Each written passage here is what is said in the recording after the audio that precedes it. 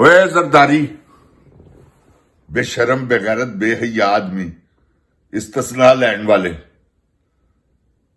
कादा इस्तिस्ना लेता ही है अपनियां चोरियां बचाने वास्ते डाके कतल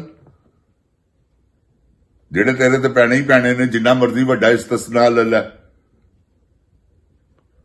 जिन्ने तेन दिता है ना ओदा भी एहतसाब ही छोटे गंजे का जो उन्हें खच मारी है, क्योंकि वह तो है ही खच ते तू उस तो वड्डी खच है।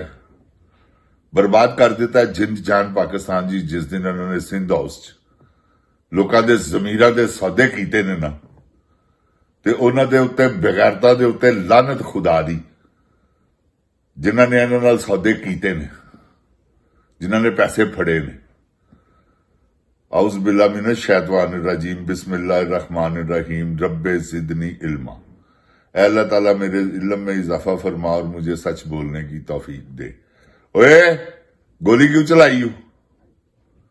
जिन जान पाकिस्तान जी, ये जो इनका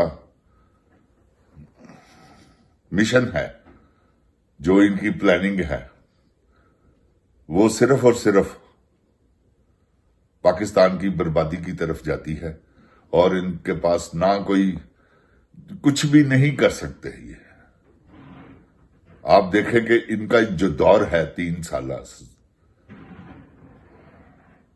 कितना बुरा है, ये सिर्फ देखें जिन जान पाकिस्तान जी, क्या क्या इन्होंने ड्रामेबाजियां की और क्या क्या पब्लिक को तकलीफें पहुंचाई, और ये सारे चोर आपस में मिल गए। वो कितना बड़ा चोर होगा जिसने ये सारे चोर इकट्ठे किए।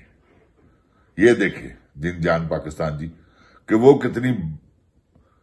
कितना बड़ा माफिया है कि जिसने ये सारा माफिया इकट्ठा कर दिया कि इधर आओ। जैसे कोई मोहल्ले का बदमाश किसी शरीफ आदमी को तड़ी लगाता है ना, तो उसे सबसे पहले कहता है इधर आए। ये वो है जो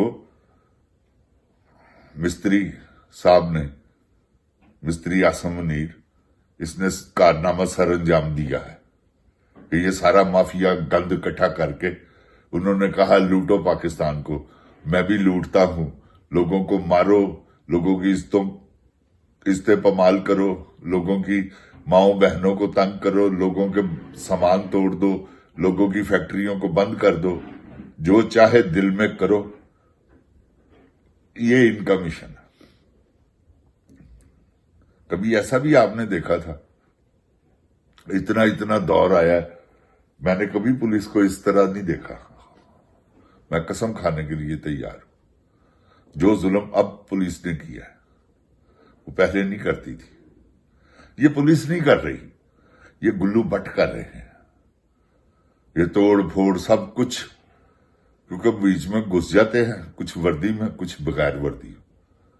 क्योंकि काला कोट तो इन्होंने पुराना पहनाकर वकील बनाकर जैली लेके नहीं गया था नवाज शरीफ हाई कोर्ट में।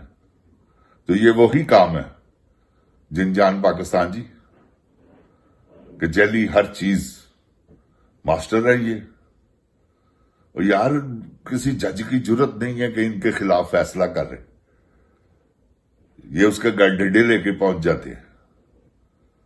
ये ऐसे यानी कि इस कदर इनका कंट्रोल है, माफिया इस कदर हैवी है। ये दुनिया में है गैंगस्टर ऐसे लोग, मगर ये सबकी इन्होंने सबको पीछे छोड़ दिया। जान जी सारे पीछे छड़ गए जी। ऐसे मैं कहना मैं जाबर लोग, अल्लाह मान अल हफीज, अल्लाह ताला ही माफ करे, इन्हां दे जुल्मां कोलों बचावे मेरे पाकिस्तान दी अवाम नूं। जिन जान पाकिस्तान जी तुसीं यह देखो ना, इन्होंने की जुल्म कीता है इमरान खान नाल। कोई केस नहीं गा, तो जनरल साहब अपनी खार दे विच उन्हें बर्बाद कर रहे ने। पूरा पाकिस्तान उन्होंने बर्बाद करता, खरबा रुपया खुदा पाक दी कसम सिर्फ इमरान खान नूं ज़ेर करने वास्ते इन्होंने खर्च किया। ਲੇਕਿਨ ਜਿਹਨੂੰ ਅੱਲਾ ਨੇ ਜ਼ਬਰ ਬਣਾਇਆ ਹੋਵੇ ਜ਼ੇਰ ਕਿਸ ਤਰ੍ਹਾਂ ਜਿਹੜੀ ਅੱਲਾਹ ਤਾਲਾ ਨੇ ਲਿਖਿਆ ਹੈ, ਤੇ ਇਹਨਾਂ ਨੇ ਇੱਕ ਦਿਨ ਪੇਸ਼ ਹੋਣਾ ਜੀ ਜਾਨ ਪਾਕਿਸਤਾਨ ਜੀ। ਇਹ ਮੇਰੀ ਗੱਲ ਤੁਸੀਂ ਲਿਖ ਲਵੋ। ਇਮਰਾਨ ਖਾਨ ਦੇ ਅੱਗੇ ਪੇਸ਼ ਹੋਣ, ਕਿਉਂਕਿ ਦੁਨੀਆ 'ਚ ਵੀ ਤਾਂ ਕੁਝ ਲੱਭਦਾ ਹੈ ਨਾ, ਗਿਵ ਐਂਡ ਟੇਕ। ਤੇ ਅੱਲਾਹ ਤਾਲਾ ਤੇ ਫਿਰ ਤੁਹਾਨੂੰ ਪਤਾ ਹੈ ਨਮਰੂਦ, ਫਰਾਉਨ, ਸ਼ਦਾਦ, ਕਾਰੂਨ, ਓਹ ਕਸੀਆਂ ਕਸੀਆਂ ਬਲਾਵਾਂ ਦੁਨੀਆ ਤੇ ਆਈਆਂ ਨੇ, ਲੇਕਿਨ ਸਭ ਫਨਾ। ਹਲਾਕੂ ਖਾਨ, ਚੰਗੇਜ਼ ਖਾਨ, ਓਹ ਤੇ ਇਹ ਸਭ ਗਰਕ ਹੋਏ ਨੇ ਨਾ। ਸਿਕੰਦਰ ਪੂਰੀ ਦੁਨੀਆ ਫਤਹ ਕਰਨ ਟੁਰਿਆ, ਉਹਨੇ ਵੀ ਇਸਤਸਨਾ ਨਹੀਂ ਸੀ ਜੇ ਲਿਆ, ਤੇ ਇਹਨੇ ਲੈ ਲਿਆ। ਉਹ ਕੰਜਰ ਸੁਲਤਾਨ ਰਾਜਾ ਜਿਹੜਾ ਵਾ, ਅੱਲਾ ਉਹਨੂੰ ਗਰਕ ਕਰੇ। ਪਾਕਿਸਤਾਨ ਨੂੰ ਬਰਬਾਦ 4-5 ਬੰਦਿਆਂ ਨੇ ਕੀਤਾ ਹੈ ਜਿਨ ਜਾਨ ਪਾਕਿਸਤਾਨ ਜੀ। ਨੋਟ ਕਰ ਲਓ, ਆਸਮ ਮੁਨੀਰ ਤੇ ਬਾਜਵਾ ਇੱਕੋ ਹੀ ਚੀਜ਼ ਨੇ, ਸਮਝ ਗਏ ਹੋ? ਬਾਜਵਾ, ਉਸ ਤੋਂ ਬਾਅਦ ਕਾਜ਼ੀ ਫਾਇਜ਼ ਈਸਾ, ਸਿਕੰਦਰ ਸੁਲਤਾਨ ਰਾਜਾ, ਨਵਾਜ਼ ਸ਼ਰੀਫ, ਤੇ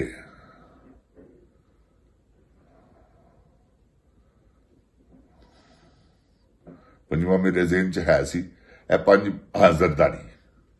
ਇਹ 5 ਬੰਦਿਆਂ ਨੇ ਐਂਡ ਲਾਤਾ ਪਾਕਿਸਤਾਨ ਦਾ। ਯਾਰ ਤੁਹਾਨੂੰ ਕਿੰਨਾ ਕੁ ਪਿੱਛੇ ਸੁੱਟ ਦਿੱਤਾ ਹੈ, ਤੁਹਾਨੂੰ ਕਿੰਨੇ ਕੁ ਕਰਜ਼ਿਆਂ 'ਚ ਇਹਨਾਂ ਨੇ ਜਕੜ ਲਿਆ ਹੈ, ਤੁਹਾਡੀ ਸੋਚ ਹੋ ਸਕਦੀ। ਜਿਨ ਜਾਨ ਪਾਕਿਸਤਾਨ ਜੀ, ਇਹ ਤੇ ਤੁਸੀਂ ਦੇਣੇ ਨਹੀਂ, ਦੇਣੇ ਤੇ ਇਹਨਾਂ ਨੇ ਪਾਕਿਸਤਾਨ ਦੇ ਅਸਾਸੇ ਵੇਚ ਕੇ। ਸੂਦ ਦੇਣ ਵਾਸਤੇ ਸੂਦ ਲੈਣਾ ਪੈਂਦਾ, ਸੂਦ ਲੈ ਕੇ ਤੇ ਸੂਦ ਦੀ ਕਿਸ਼ਤ ਦੇਣੀ ਪੈਂਦੀ। ਅਸੀਂ ਕੀ ਤਰੱਕੀਆਂ ਕਰਨੀਆਂ ਨੇ ਜਿਨ ਜਾਨ ਪਾਕਿਸਤਾਨ ਜੀ, ਜਦੋਂ ਐਸੇ ਹੁਕਮਰਾਨ ਔਰ ਐਸੀ ਚੀਫ ਸਾਹਿਬ ਐਸੇ ਹੋਣ, ਤੇ ਫਿਰ ਲਈ ਹੈ ਨਾ। ਖੁਦਾਵੰਦ ਕਰੀਮ ਇਹਨਾਂ ਬਲਾਵਾਂ ਕੋਲੋਂ ਪਾਕਿਸਤਾਨ ਨੂੰ ਬਚਾਵੇ। ਮੇਰਾ ਅੱਲਾਹ ਤਾਲਾ ਆਪਣੀ ਰਹਿਮਤ ਦੇ ਸਦਕੇ ਪਾਕਿਸਤਾਨ ਦੇ ਹਾਲ ਤੇ ਰਹਿਮ ਫਰਮਾਵੇ। ਇਹਨਾਂ ਚੋਰਾਂ, ਡਾਕੂਆਂ, ਲੁਟੇਰਿਆਂ ਕੋਲੋਂ ਸਾਡੀ ਜਾਨ ਛੁਡਾਵੇ,